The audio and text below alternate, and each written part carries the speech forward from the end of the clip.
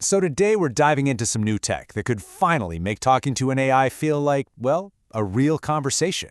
We're going to explore how to build these real-time agents on AWS using a brand new tool called Amazon Bedrock AgentCore. I mean, really think about that for a second. Most of our chats with AI are kind of slow, right? It's like a turn-by-turn game. You ask, you wait, it answers. But what if it felt less like sending a text and waiting for a reply, and more like an actual, fluid, back-and-forth conversation? That delay, that clunkiness, that's the exact problem we're going to crack open today. Okay, let's break this down with a really simple analogy. Think of traditional AI, which uses a protocol called HTTP, as sending a letter in the mail. You write your message, you send it off, and then you just wait. But this new real-time approach, using something called WebSockets, that's like a live phone call. The line is always open, communication is instantaneous, and the conversation just flows naturally, in both directions. And you know that sending a letter model is the big challenge we've all been up against. It's the reason you can't really interrupt a voice assistant or have a truly natural dialogue. Every single time you speak, you're sending off a brand new letter and waiting for another one to come back. That lag, no matter how small, just completely shatters the illusion of a real chat. So what's the fix? Well, we need the technology that enables that live phone call. And that is exactly what we have now. Amazon Bedrock AgentCore has introduced first-class support for WebSockets, and this is what creates that persistent two-way communication channel between your app and your AI. So what does this actually mean in practice? A WebSocket creates this open, continuous connection. Instead of having to send a new letter for every single thing you say, you're just talking down that open phone line. This is precisely what you need for that low-latency, real-time streaming that makes things like conversational voice agents not just possible, but actually feel good to use. And maybe the best part of all this? AWS has made it ridiculously simple to get started. Seriously, let's walk through how you can build a basic real-time agent in just 5 super straightforward steps. So here's our game plan. We're going to set up our project, create the actual agent code, test it right there on our own machine, deploy it up to the AWS cloud, and finally, we'll invoke it and see it all come to life. All right, let's jump in. First up, the setup. And this is about as simple as it gets. Once you've got a standard Python project folder ready to go, you just run one command in your terminal, pip install Bedrock AgentCore. And that's it. You're done. You now have all the tools you need. Step 2 is creating the agent, and honestly, it all comes down to this one little line of code. It's a Python decorator called @app.website. When you pop this line right above a function, you're basically telling your app, hey, see this piece of code right here? This is what's going to handle our live real-time phone call.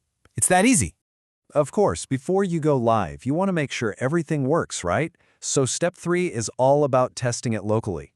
You'll just run the agent right on your computer and use a tiny test client to connect to it.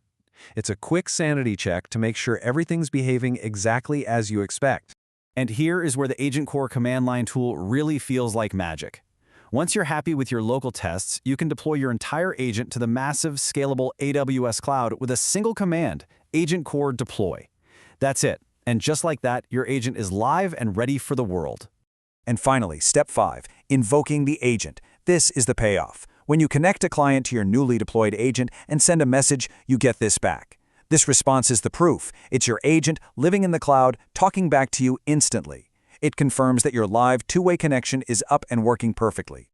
Okay, so a simple Echo agent is a fantastic start, but let's be real. You're probably thinking about building a serious, enterprise-grade application. So let's look at how this platform gives you all the features you need for our robust, secure, and totally manageable solution. First things first, security. You can't just have an open phone line without knowing who's on the other end, right? AgentCore supports powerful AWS authentication methods like SigV4, but it also lets you integrate with external identity providers using OAuth 2.0. This means you can use existing login systems like a Google sign-in or your own company's login, which gives you some incredible flexibility. So how does the agent actually remember what you were talking about from one moment to the next? It's all done by passing a unique session ID when you first connect. This basically tells the agent, hey, let's keep track of this specific chat.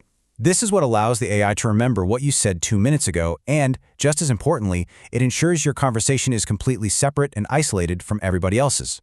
And for those of us who need to monitor and debug, the platform offers deep observability through Amazon CloudWatch. This lets you trace an entire conversation from start to finish to see what's happening under the hood. You can also pass custom headers, which is kind of like giving the agent a little sticky note with extra info right at the start of the call, like maybe what kind of device the user is on or their language preference. So, let's put all the pieces together. What does this really mean for the future of how we build and how we interact with AI? So when should you use this new tool?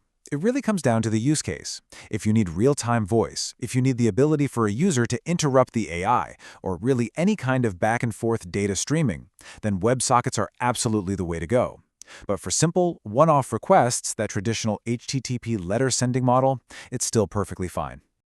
Ultimately, I think the biggest takeaway is this. Something that used to be incredibly complex is now way more accessible. This technology removes some major barriers, and that's going to empower so many more developers and creators to build the next generation of truly interactive conversational AI experiences. And that leaves us with one final and really exciting question. Now that the tools are this simple and this powerful, what real-time conversations are you going to build?